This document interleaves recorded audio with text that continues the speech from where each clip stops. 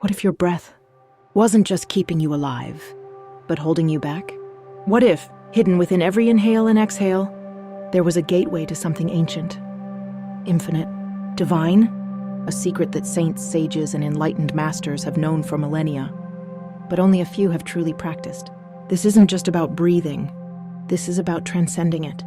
Welcome to the sacred science of Kriya Yoga. By the special technique of Kriya Yoga, the ingoing breath of prāṇa and the outgoing breath of apāna are converted into cool and warm currents. In the beginning of the practice of Kriya Yoga, the devotee feels the cool prāṇa current going up the spine and the warm apāna current going down the spine, in accompaniment with the ingoing and outgoing breath. The advanced Kriya Yogi finds that the inhaling breath of prāṇa and the exhaling breath of apāna have been evened, neutralized, or extinguished. He feels only the cool current of prāṇa going up through the spine and the warm current of apāna going down through the spine. These subtle, specialized currents of prāṇa and apāna are born of the ubiquitous prāṇa, or intelligent life force, that creates and sustains the body. How Kriya Yoga imparts soul realization. Extracts from lectures by Paramahansa Yogananda. The prāṇa, or crystallizing current, is connected with the ingoing breath. It is the specific medium by which the oxygen in the ingoing breath is converted into life force. The apāna, or eliminating current, which removes the impurities of the body, manifests as the outgoing breath that rids the body of poisonous carbon dioxide gas. Man's body of gross matter consists of tissues constructed of molecules. Molecules are made of atoms. Atoms are formed by electrons and protons. Electrons and protons consist of intelligent life force, prāṇa, or lifetrons. Lifetrons can be further resolved into their source, the thoughttrons of God. In the beginning was the Word, cosmic vibration, the creative life energy or vibratory thoughts of God. And the Word was with God, and the Word was God. All things were made by Him, the Word, and without Him was not anything made that was made. And God said, "Let there be light." And there was light. That is, God's thought vibrated into the light of cosmic life, or cosmic prāṇa. Cosmic prāṇa was further materialized into electrons, protons, atoms, molecules, cells, and matter. Even as in a motion picture, the illusions of solid earth or water or sunlight or electricity or gas or atomic explosions or manifestations of life and thought in men are all vibrations of light and shadows. So this earth, with its solids, liquids, gases, energy, light, life, and thought in human beings, are all vibrations and relativities of God's thoughts, His cosmic light, and the shadows of His delusive Maya. The cosmic thought of God thus first materialized as the cosmic prāṇa, or life force of light, and finally as all matter of the macrocosm. The body of man is a microcosm of the Lord's creation. The microcosmic human body is a composite of the individual soul and life force, consciousness, life, and flesh. Cosmic consciousness, cosmic life, and cosmic matter are nothing but three different vibrations of God thought. When the Kriya Yogi learns to dissolve the ingoing and outgoing breath into a perception of the cool and warm currents going up and down the spine, he then feels his body as sustained by these inner currents of life force and not by their byproduct of breath. He also realizes that the currents are sustained by the Word, the divine vibratory cosmic light of prāṇa that enters the body through the medulla. This life force becomes concentrated in and operative through the cerebral, medullary, cervical, dorsal, lumbar, sacral, and coccygeal centers that energize the body to its minutest cells. Kriya is a process of converting breath into life force, realizing body as light. Jesus testified that man shall not live by bread alone, but by every word that proceedeth out of the mouth of God. This memorable passage signifies that man's body does not depend only on external sources of life force, distillations from breath, oxygen, sunshine, solids and liquids, but also on a direct inner source of cosmic life that enters the body through the medulla, flowing then to the subtle centers in the brain and spine. In man, the medulla is spoken of as the mouth of God, because it is the chief opening for the divine influx of cosmic vibratory life force, the Word, that then flows out of the mouth of God, the medulla, to the reservoir of life energy in the brain and the distributing centers in the spine. In successful meditation, the Kriya Yogi converts the two distinct impulses of inhalation and exhalation into two life currents, the cool prāṇa and the warm apāna, felt in the spine. He then realizes the truth of Jesus' saying that man is not required to depend on external breath or on bread or any other outward sustenance as a condition of bodily existence. The yogi perceives the cool and warm currents in the spine to be constantly and magnetically pulling an extra voltage of current from the omnipresent cosmic life force, ever flowing through the medulla. He gradually finds that these two spinal currents become converted into one life force, magnetically drawing reinforcements of prāṇa from all bodily cells and nerves. This strengthened life current flows upward to the point between the eyebrows and is seen as the tricolored spherical astral eye, a luminous sun, in the center of which is a blue sphere encircling a bright, scintillating star. Jesus referred to this single eye in the center of the forehead and to the truth that the body is essentially formed of light in the following words: "If therefore thine eye be single, thy whole body shall be full of light." When the yogi is able to penetrate his mind into the spiritual eye, he perceives his body as made not of flesh, but of minute light cells, protons, electrons, and lifetrons.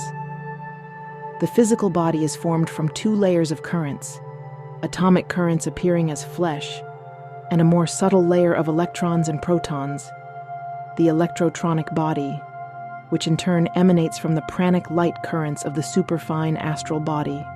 The whole astral body of man consists of various densities of light, even as the physical body is built up of the different tissues of skin, flesh, bones, and internal organs. Through his spherical eye, the Kriya Yogi sees his astral body as made of lifetrons, pranic astral cells. He perceives that the cosmic sunlight of life reflects its rays through the astral spiritual eye into the astral brain and astral plexuses. He perceives that the cosmic sunlight of life reflects its ray through the astral spiritual eye into the astral brain and astral plexus and astral nerve tubes, nadis, to sustain the astral body cells. He sees also that his physical body is nothing but a coarser light of electrons, protons, and atoms emanating from his finer astral body. By further advancement, the yogi perceives both his physical and astral bodies to be emanating from his causal or ideational body, which is composed of the coordinated thoughtrons of God, experiencing body, life force, and mind as vibrations of the Word of God. This knowledge is necessary to understand that the body, life force, and mind, which form the encasement of the soul, are, in reality, nothing more than differently vibrating thoughts of God. By the practice of Kriya, the yogi scientifically detaches his mind from gross sensory perceptions and realizes that consciousness and life force, prāṇa or cosmic light, are the basis of all matter. The Kriya Yogi adopts a scientific method to divert his mind and reason from the perception of physical flesh. He perceives the body as light and consciousness by rising above the gross perception of breath. All inner experiences, like that of the subconscious sleep, can only take place when the consciousness of breath disappears. The Kriya Yogi has no need or desire to withhold breath forcibly in the lungs. He becomes mentally so calm that he feels himself to be aloof from breath. By the practice of Kriya Yoga, he can consciously and at will attain the breathless state. and sustain life in his body solely by the cool and warm currents flowing through the spine and trickling down from the spiritual eye. If a wet battery, which is sustained by electricity and dependent on replenishment of its water supply, could somehow be converted into a dry battery, it could do away with the dependence on water and be sustained by its own reservoir of energy, recharged solely by electricity. Kriya Yoga similarly helps the body battery, which depends on cosmic life force flowing through the medulla and on oxygen, sunshine, liquids, and solids, to become converted so that it could sustain itself solely on the life force flowing into the body from the cosmic source and stored in the regenerative reservoir of life energy in the brain and spinal centers. The use of Kriya Yoga conclusively proves the truth in the Bible, that man's body battery can live by the word, or vibratory current, from God. The life in the body is directly sustained by the cosmic prāṇa flowing through the medulla. Through the operation of Maya, or delusion, however, man believes that he cannot live without food and other outward aids. He becomes erroneously dependent on the gross sources of energy reinforcement, through oxygen, sunshine, solids, and liquids. Man has formed a bad mortal habit in feeling that he cannot exist without a supply of energy from these material substances. That is why, if oxygen, sunshine, solids, and liquids are denied to the body, man's frightened consciousness permits the life force to depart, neutralizing the currents of prāṇa and apāna, the breathless state of ecstasy.